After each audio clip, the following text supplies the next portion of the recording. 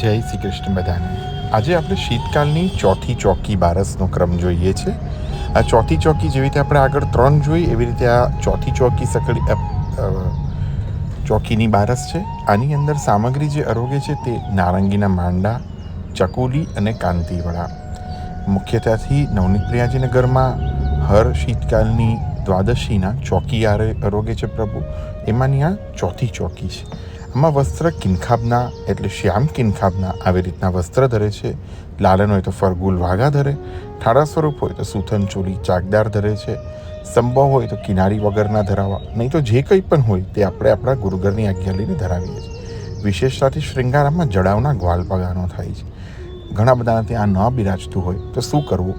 એક નાનકડું શીશ ફૂલનો ટીકો લઈ એના ફરતે એક લગાવ પર એ ટીકો ગોળ લગાવ ઉપર ચિપકાવી ફરતે ત્રવલ જેવું ધરી એના નીચે દુલડી ધરી અને ઉપર આપણી પાસે કુલેનું જે પાન હોય કે ટીપારાની ચંદ્રિકા હોય એ વચ્ચે ખોસીને જડાવના ગ્વાલપગા જેવો લુક કરીને પણ તમે ધરાવી શકો છો.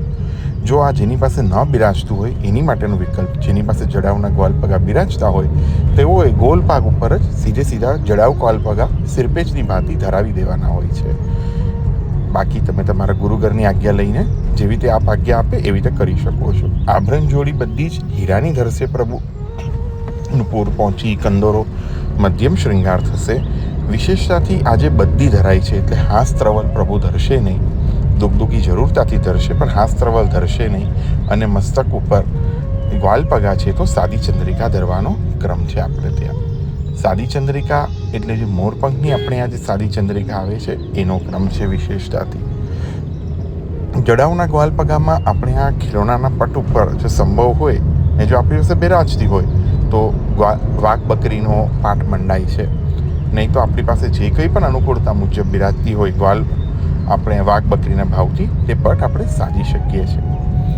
વિશેષતાથી અગર જો તમારી પાસે સંભવ હોય તો આવી રીતે એક બદ્દી એટલે આવી રીતે એક ચોકી હોય, ચારેય તરફ આવી રીતે ચોકીઓ જતા હોય એને આભરણ કહેવાય બદ્દી. આ વક્ષસ્વર પર ધરીને ચારેય બાજુ પ્રભુને છેડિયાથી બંધાય આ ધરાય છે. સામગ્રીમાં કાંતિવડા, નારંગીના માંડા અને ચકુલી.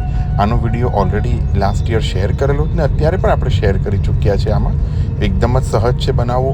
દૂધ ગરવાલા વૈષ્ણવોએ એવી જ રીતે જેવી રીતે નારંગીનો પલ્પ કરી એમાં થોડોસો માવો, સુગંધી દ્રવ્ય એટલે એલચી, બરાસ, ગુલાબજલ ઇત્યાદિ પધરાવી અને એને તમે રાજગરાના લોટમાં બાંધી એમે શેકીને પણ કરી શકો છો. માવામાં લપેટીને પેંડાની માફિક એને ચપટા કરીને પણ ધરાવી શકો છો. કાંતિવડા પણ એવી જ રીતે અડદની જગ્યા ઉપર રાજગરાના લોટના કરી ચાસણીમાં પધરાવી અને એને બાસુંદીમાં પધરાવી દો. અને એવી જ રીતે ચકુલી પણ તમે રાજગરાના લોટની તલ પધરાવીને કરી શકો છો. ચોકી જ્યારે પણ આરોગે ત્યારે હર વખતે એના બીજા દિવસે ચોકીની વિશેષ સામગ્રી આવે એટલે આ વખતે છે સકડીના ચૂરમા. એટલે કેવી રીતે કરવા? નોર્મલ ચૂરમા જેવી રીતે ઘીમાં તળીએ એવી રીતે ન થતા આને આપણે આવી રીતે ભાખરીની માફિક આપણે રોટલીને કે ભાખરી જેવી શેકી દઈએ, એનો ભૂકો કરી ઘી ગોળની પાઈ કરી એટલે પાઈ એટલે હલકું શું નવ શેકું ગરમ કરી એમાં પધરાવી અને તમે એને છૂટા ચૂરમાની માફિક સૂકો મેવો ભભરાવીને પણ ઓળગાવી શકો છો અને લાડુ વાળીને પણ ઓળગાવી શકો છો. આ વિશેષતાથી સખડીમાં બને છે એટલે આને સખડીના ચૂરમા કહેવાય છે. આ ચૂરમા બાફીને બને છે એટલે આ શેકીને આપણે જેને ગુજરાતીમાં આપણે કહીએ અને ઓલા આપણે જેવી રીતે ઘીમાં તળીને કરીએ છીએ એટલે બેઉમાં આ અંતર છે. દૂધ ગરવાલા વૈષ્ણવ આવી જ રીતે રાજગરાની ભાખરી જેવું બનાવી એને શેકી એમાં ઘી ગોળની પાઈ કરી ભૂકો કરી એના પણ લાડુ વાળીને અરોગાવી શકે છે આ સ્વરૂપે. જય શ્રી કૃષ્ણ. આપ બધાનો ખૂબ ખૂબ આભાર, ખૂબ ખૂબ ધન્યવાદ.